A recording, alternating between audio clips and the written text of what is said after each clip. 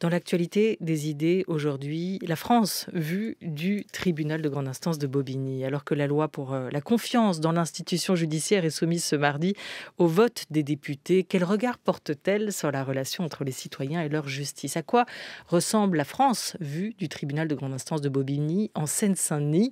Forme, intensité, condamnation, comment la violence a-t-elle évolué? Notre invitée s'appelle Fabienne Klein-Donati. Elle est procureure de la République à la tête du parquet de Bobigny, un parquet de 57 magistrats. Elle est l'auteure aujourd'hui de Poursuivre aux éditions des Équateurs où elle raconte son quotidien, sa pratique judiciaire et puis aussi la France vue de ce poste d'observatoire si particulier. Bonjour à vous, Fabienne Klein-Donati. Bonjour. Bonjour. Merci d'être avec nous. Nous ne sommes ni des justiciers ni des redresseurs de tort, écrivez-vous. Comment définir alors la place des procureurs dans le système judiciaire, à l'audience mais aussi en amont? Qui êtes-vous? Quel maillon de la chaîne êtes-vous?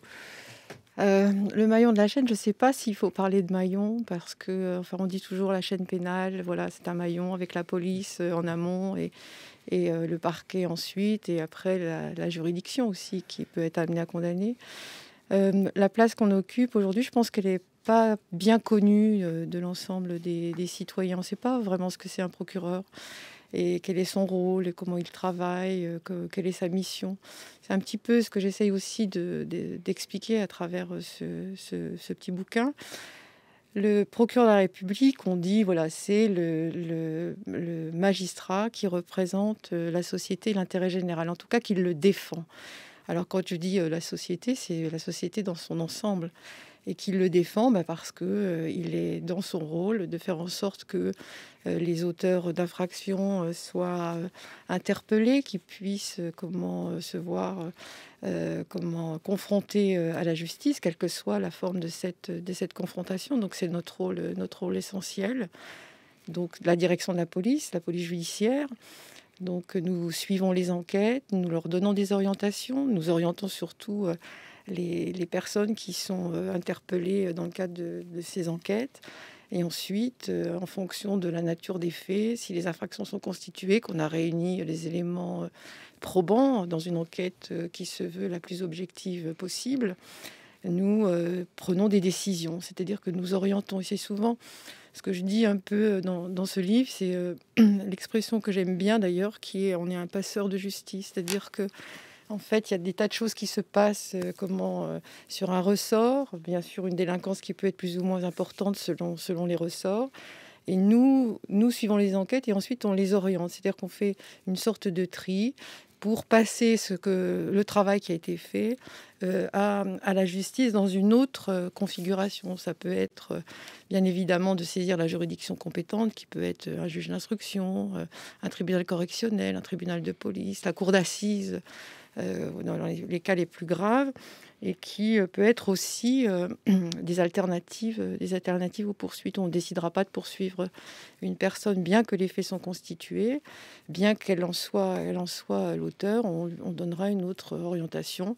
Et dans tout ça, on tient compte de la personnalité des personnes qui sont mises en cause, c'est-à-dire leurs antécédents, est-ce qu'il y a des précédents, quelle nature des précédents, on confronte ces antécédents avec les faits nouveaux qui sont commis ou les premiers faits qui sont commis. Et à partir de là, on prend ses décisions. Donc, Voilà, on l'entend déjà là, vous êtes bien plus que l'image médiatique qu'on a des procureurs en robe, à l'audience, affrontant les avocats des accusés, notamment de la défense, et dressant un réquisitoire au nom de l'intérêt général.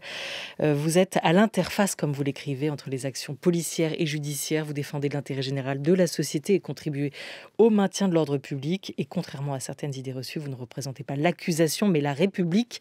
Et en son nom, le procureur requiert l'application de la loi. Vous l'écrivez ailleurs, il m'appartient de mettre en œuvre la politique pénale définie par les instructions du ministre de la Justice en tenant compte du contexte propre à mon ressort, ici la Seine-Saint-Denis, avec pour objectif non seulement la répression, mais aussi la prévention.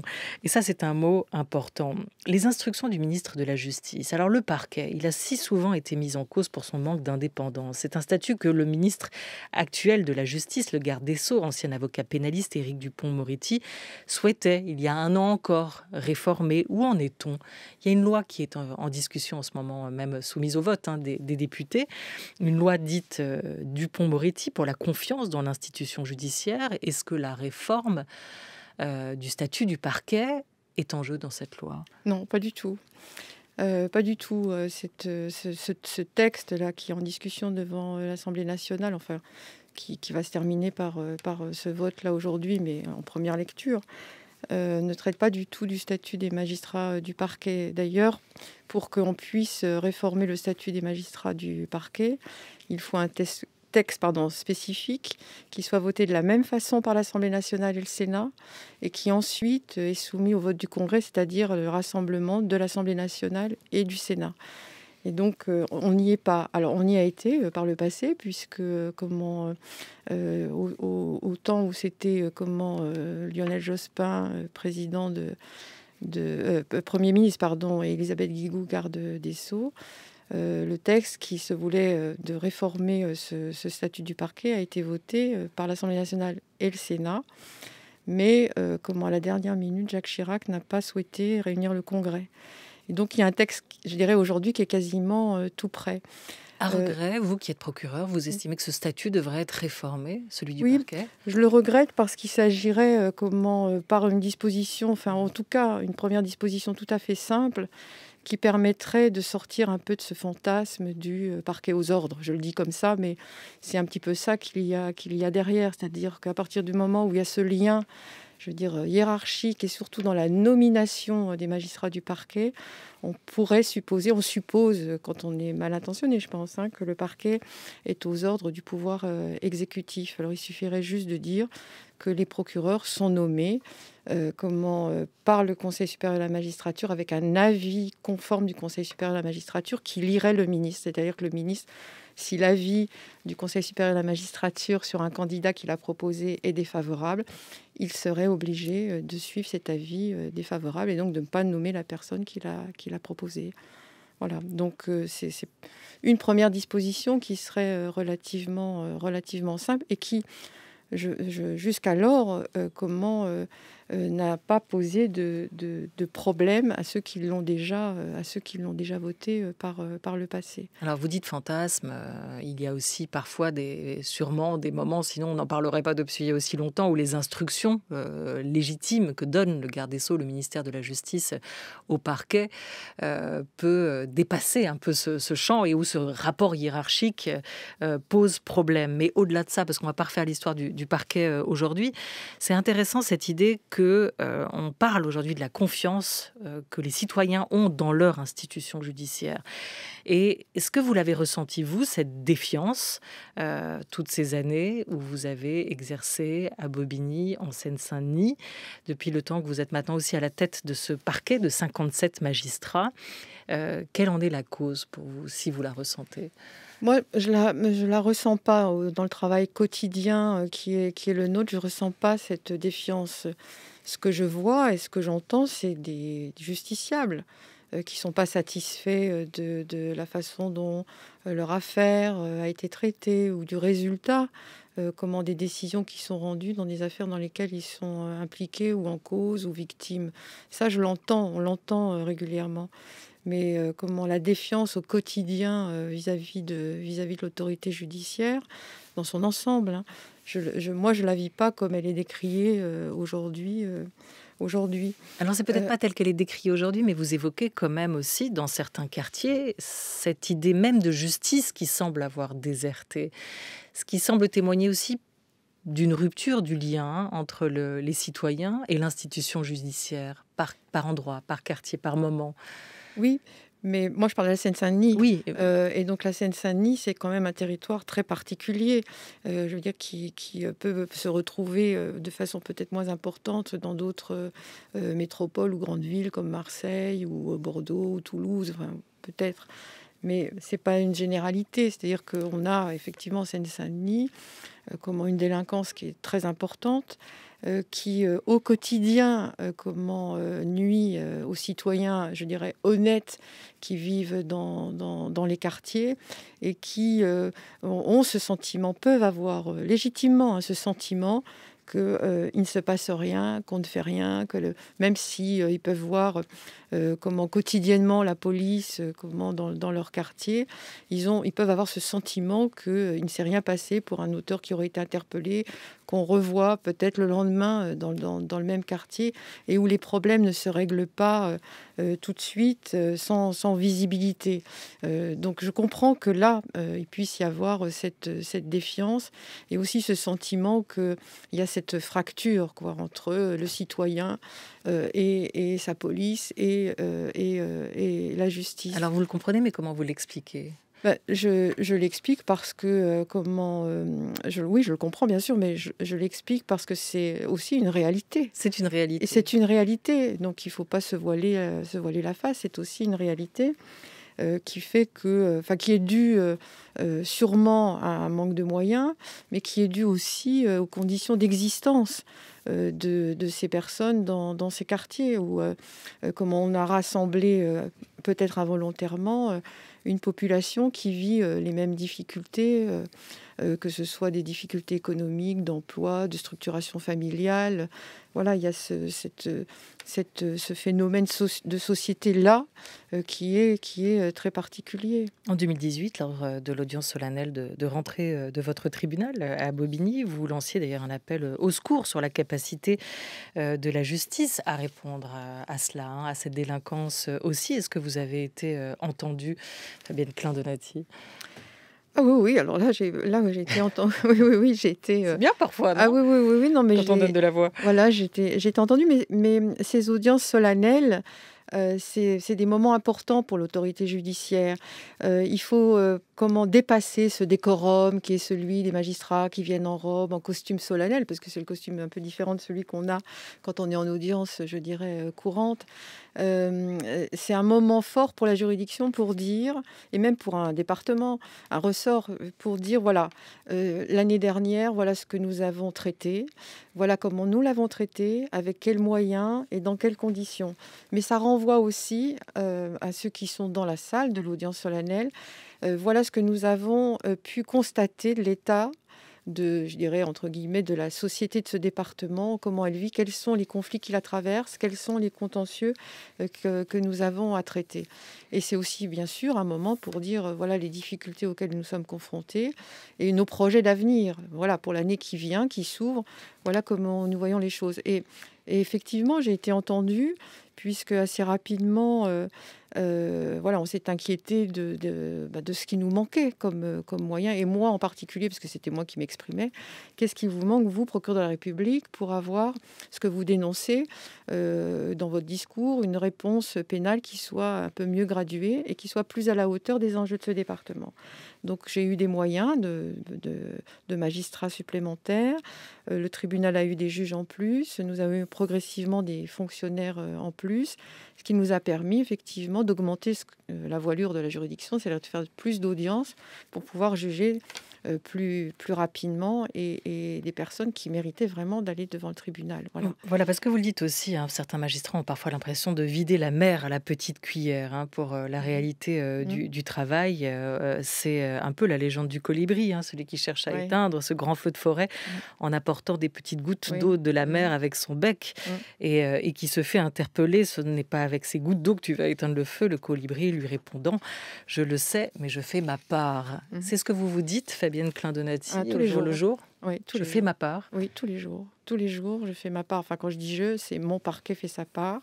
Les policiers font la leur. Les magistrats du siège et tous les interlocuteurs qui sont avec nous font leur part. Mais cette image de la mer avec une petite cuillère, certainement propre à un département comme celui de la Seine-Saint-Denis, puisque la volumétrie des affaires que nous avons à traiter est telle qu'on a le sentiment effectivement qu'on n'y arrivera jamais, que c'est un puits sans fond. Alors le problème, c'est qu'une partie des policiers aujourd'hui trouvent que vous, les magistrats, la justice, vous ne faites pas totalement votre part. Mercredi dernier, ce mercredi, les policiers manifestaient devant l'Assemblée pour que leur voix porte jusqu'aux oreilles du législateur. On écoute les mots de François Bersani, secrétaire départemental de la SGP Police. Écoutez, aujourd'hui, c'est déjà un moment de cohésion de la police avec sa population, avec ses citoyens. Et nul doute que si cette mobilisation s'avère très efficace et très forte aujourd'hui, les digues céderont. Les digues, c'est-à-dire les contraintes de la Constitution, les contraintes de la loi.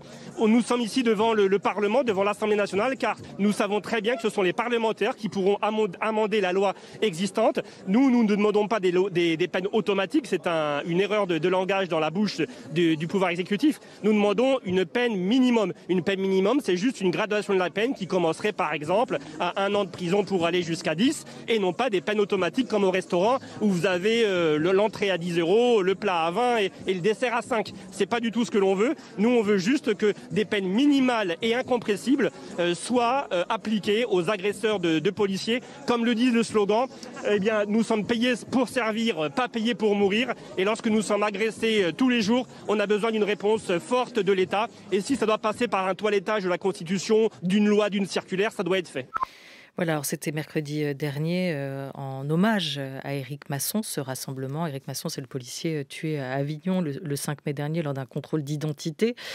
Le rassemblement de citoyens et des 3 principaux syndicats de policiers qui ont appelé donc à se réunir devant l'Assemblée nationale. C'est rare que le corps policier vienne jusque devant l'Assemblée nationale appeler le législateur à agir aussi en son sens et des mots aussi durs envers l'institution judiciaire. Est-ce qu'on a un couple qui est en séparation en ce moment? On Le n'est pas un police-justice. couple. Enfin, on n'est pas un couple. Police-justice, c'est pas un couple. Je veux dire, c'est deux institutions régaliennes Mais qui travaillent de souvent dans la l'État. main. Et vous nous le rappeliez, vous, à ce Oui, poste de procureur aussi, oui, mais qui travaillent chacun avec les compétences qui sont les leurs et l'autorité qui est la leur. Moi, je comprends la colère des policiers comment ils sont victimes d'agressions et quand ces agressions sont graves, qu'elles se terminent comme ce qui s'est passé à Avignon. C'est quelque chose que j'entends parfaitement. Je veux dire, leur manifestation est légitime. Ce que je comprends moins, c'est comment cette façon d'aller devant l'Assemblée nationale, c'est quand même une institution de la République aussi. Je veux dire, bon, on manifeste dans la rue, d'accord, mais enfin, qu'on essaye d'invectiver l'Assemblée nationale et puis par derrière s'en prendre à l'autorité judiciaire comme si eux faisaient bien leur travail et nous, derrière, on le faisait pas bien. Ça, vous ne comprenez pas ce Non, laxisme des juges qui est si souvent déploré par certains syndicats de police. Ça relève du faux procès pour vous? C'est un procès qu'ils font. Alors après, ils en ont la responsabilité, mais c'est pas ce que moi je vis. Ce qu'il faut essayer de comprendre, et je l'entends à travers ce que vient de dire ce policier, c'est que malgré ce que nous avons à traiter et l'importance de ce que nous traitons, on individualise quand même nos réponses. C'est-à-dire qu'à chaque fois, c'est une personne. Et à chaque fois, c'est une histoire singulière. Donc il faut pouvoir tenir compte de cette personne, de son environnement, de la gravité des faits qui ont été commis, de ce qui s'est produit pour la victime. Et donc, notre code pénal et notre code de procédure pénale nous enjoint de personnaliser et d'individualiser la réponse pénale. Donc c'est notre travail, c'est le travail du procureur à l'audience de requérir la peine qu'il estime adaptée à l'affaire qu'il a traduite devant le tribunal, et c'est la responsabilité du juge dans son indépendance de juge, de effectivement prononcer la peine, ou pas d'ailleurs, il peut très bien relaxer, de prononcer la peine qu'il estime adaptée à la situation du prévenu, de l'affaire elle-même, de la gravité des faits et de la victime. Et c'est notre démocratie qui a instauré tous ces principes. Et ils sont assez intangibles. La peine automatique, je veux dire, il réclame pas, le policier, la peine automatique, mais il réclame quand même une peine minimale automatique quelque part. Donc on sortirait quand même de ce principe de l'individualisation. Alors, je parlais du couple, parce que pour Oui. revenir aussi aux propos du Oui. garde des Sceaux Oui. ce dimanche dans le journal du dimanche, qui Mm. estimait que la police sans justice, c'est le totalitarisme, et la justice sans police, c'est l'impuissance. On voit effectivement au oui. gouvernement ces tensions entre l'intérieur et le ministère de la Justice, entre Gérald Darmanin et Éric Dupond-Moretti, qui cherchent à avancer ensemble. Est-ce qu'on a raison ou tort de les opposer? Reste qu'il y a aujourd'hui cette loi, on le redisait, en discussion, qui ne stipule rien sur le statut du parquet, qui en revanche ouvre la question de la limitation dans le temps des enquêtes préliminaires, pose la question des procès filmés, le renforcement du secret professionnel pour les avocats, la réforme du régime des réductions de peine, les peines de sûreté de 30 ans pour toute personne condamnée pour un crime contre un membre des forces de l'ordre. Il y a parmi ces mesures une mesure, Fabienne Klein-Donati, qui vous semble importante, intéressante? Il y en a même plusieurs. Il y a même plusieurs mesures. La première des mesures, la limitation de l'enquête préliminaire, qui pose question, en disant bon, c'est 2 ans et ça sera renouvelable une fois, prolongé possiblement une fois à 3 ans. C'est aussi faire le constat, quelque part, que des enquêtes durent trop longtemps, mais aussi parce qu'en parallèle, il y a aussi le manque des moyens du côté des services enquêteurs.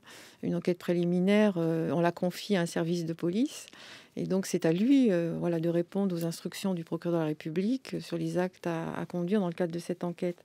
Et il est vrai que certaines affaires prennent beaucoup de temps, alors à la fois parce qu'elles le méritent, mais aussi parce qu'il y a ce manque d'effectifs de policiers pour les conduire. Donc, introduire dans le cadre de ces enquêtes, ce qui existe déjà d'ailleurs dans notre code de procédure aujourd'hui, du contradictoire quand l'enquête a déjà bien avancé dans le temps pour que les parties ou les personnes impliquées puissent avoir accès à la procédure et pouvoir aussi amener elles-mêmes aussi des éléments à l'enquête, ça me semble tout à fait légitime. On le pratique déjà dans certaines affaires économiques et financières qui, elles, sont souvent les plus longues. Il y a une autre mesure qui me semble intéressante aussi. C'est au départ, j'étais pas tout à fait dans ce sens-là, mais c'est le film, la possibilité de filmer certaines audiences. De filmer certaines audiences. Alors, j'ai vu dans le texte qu'il y avait un certain nombre de garanties qui étaient posées sur l'anonymat, le floutage, les conditions. Si c'est à visée pédagogique, dans le cadre d'une chaîne dédiée, avec des thématiques pédagogiques, je trouve ça assez intéressant.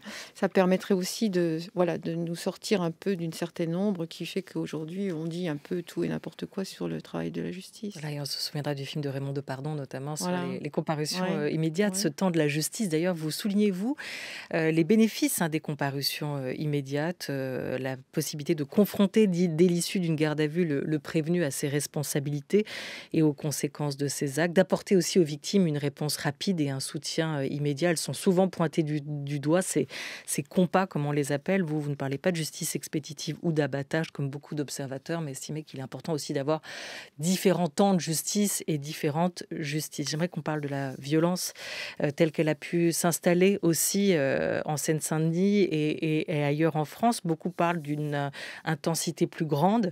Fabienne Klein-Donati, vous semblez surtout parler d'une autre forme de violence. On y vient avec vous jusqu'à 13h30, puisque vous êtes notre invité à l'occasion de la parution de Poursuivre, votre livre témoignage qui paraît aux éditions des Équateurs. France Culture, La Grande Table, Olivia Gesbert.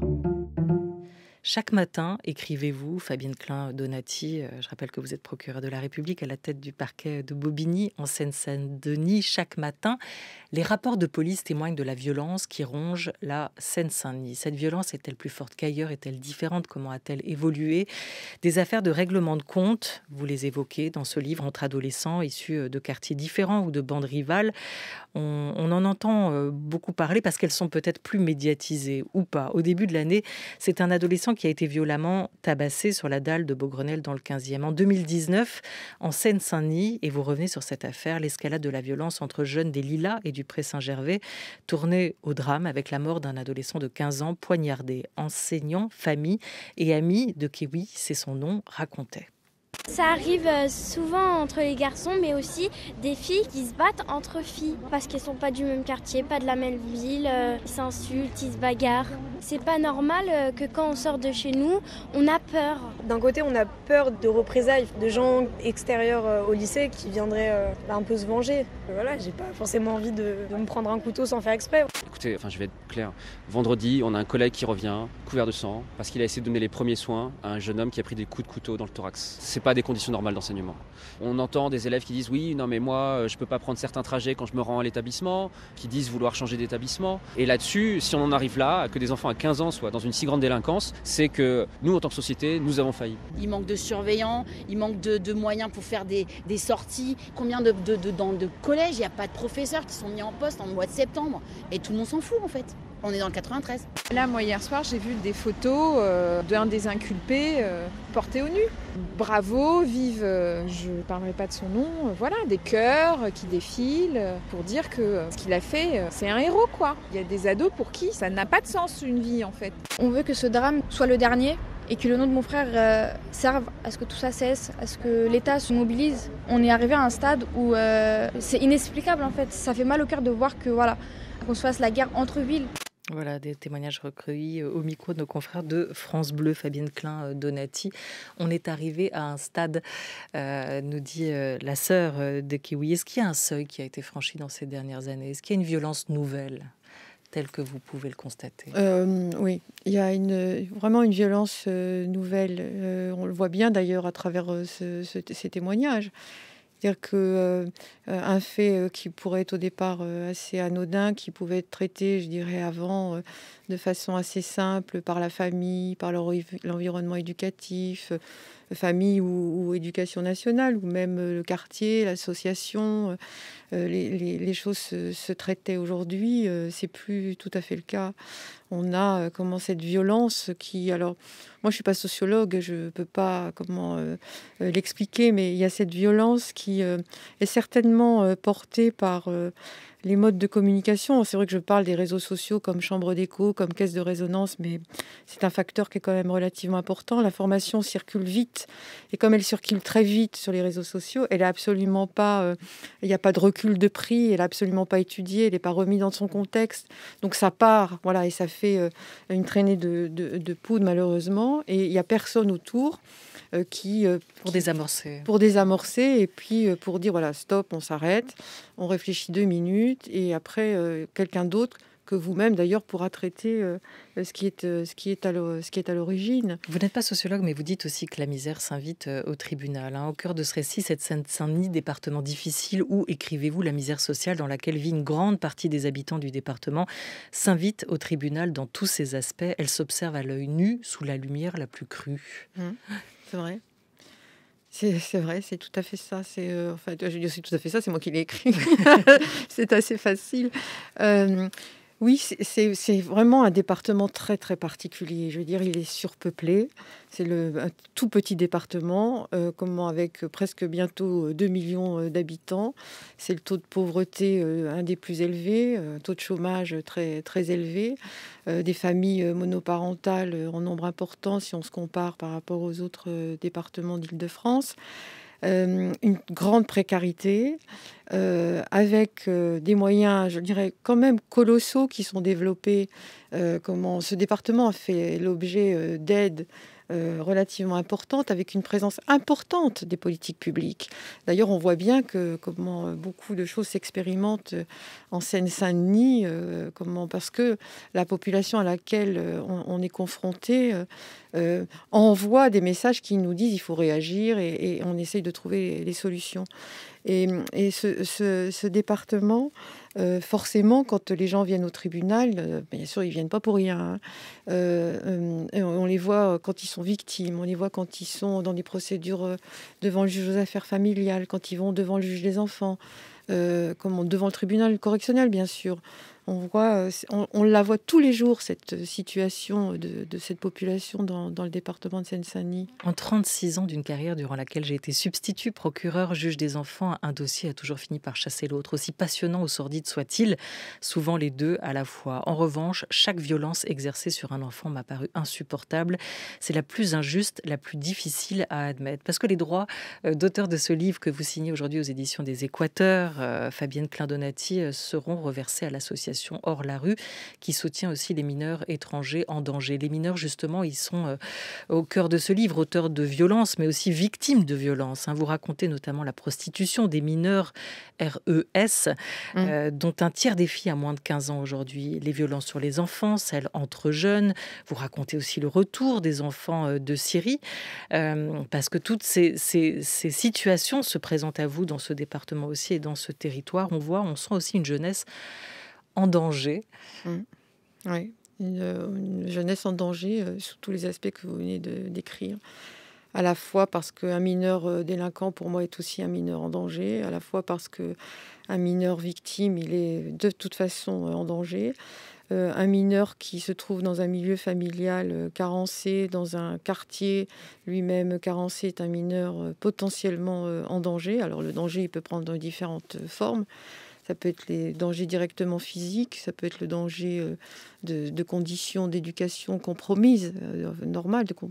Ça peut être le danger entre eux. Et si on ne s'occupe pas prioritairement de cette jeunesse et de cette enfance, finalement, on va au-devant d'autres problématiques. On voit bien d'ailleurs dans certaines affaires d'agression sexuelle, de viol, d'inceste, quand on retrouve des fois cette répétition, c'est-à-dire d'enfants qui ont été eux-mêmes meurtris dans leur enfance et qui, non pris en charge correctement ou pas du tout, dans leur vie d'adulte, vont être dans une certaine répétition. Alors pas forcément de l'agression sexuelle, mais une autre forme de violence. Donc c'est là où il faut, je pense, mettre les moyens. Et quand on a été, comme moi, juge des enfants, substitut mineur, c'est vrai que c'est un peu le fil rouge d'une grande partie de ma carrière. On ne peut pas passer à côté, c'est pas possible. Alors on vous dira que c'est parce que vous êtes une femme à ce poste que vous y avez apporté votre sensibilité particulière. Peut-être que si, peut-être que tant mieux, parce que vous accordez aussi des pages sur les violences faites aux femmes dans ce livre. Et c'est intéressant parce que Bobigny a une histoire dans cette lutte-là, une histoire particulière. En quelques mots, vous nous la rappelez ? Cette histoire, c'est l'histoire de mes prédécesseurs d'ailleurs. C'est comment en 2009...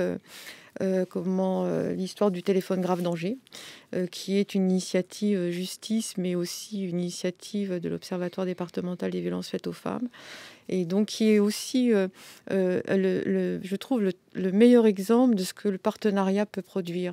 C'est-à-dire qu'on se met ensemble et on se dit, voilà, comment on s'attaque à ce sujet. Et le téléphone grave danger, c'est ça.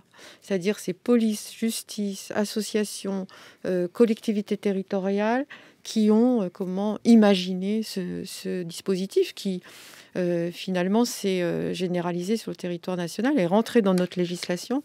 Et ça me permet de dire au moins une chose, là, c'est que souvent, quand on regarde un peu l'histoire des parquets et de la justice, souvent, des expériences conduites par des magistrats qui sont quand même au cœur de la société, qui évoluent avec elle, souvent ces expériences finissent par rentrer dans notre législation et dans nos pratiques. C'est la légende du colibri. Pourquoi vous partez, en un mot ? Je pars parce que je ne peux pas faire plus de 7 ans au poste que j'occupe. Les chefs de juridiction pas parce que vous baissez les bras. Non, non. Merci beaucoup à vous. Merci Fabienne Klein-Donati. Poursuivre le témoignage d'une procureure de la République en Seine-Saint-Denis. Votre livre vient de paraître aux éditions des Équateurs. Merci 1000 fois à vous d'avoir été avec nous. Merci. Merci à vous.